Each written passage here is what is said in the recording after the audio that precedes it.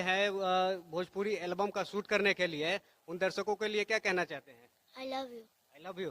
बहुत सारा प्यार दीजिए। ये छोटे से बालक हैं जो अभी एल्बम कर रहे हैं, और इनके जो साथ में गार्जियन है उनसे बात करते हैं।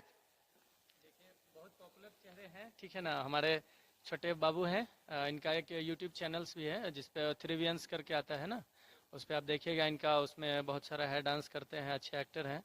तो चाइल्ड आर्टिस्ट के तौर पे अभी आए हैं, लेकिन इनका फ्यूचर दिख रहा है कि बहुत अच्छा होगा। अभी है, बस देखिए आप लोग का सपोर्ट दीजिए बाबू को कि आगे कुछ अच्छा अच्छा काम करते रहें।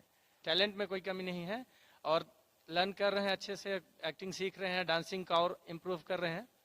तो है इनका थ्रीवियंस करके एक है चैनल, थ्रीवियंस है ना, थ्री भी डांस भी एरा करके, थ्री भी डांस एरा है, तो उस पर देख सकते हैं इनको। गाना भी आएगा तो वहाँ पे भी दिखेगा आपको। अभी रामा फिल्म्स से जो है मतलब कितने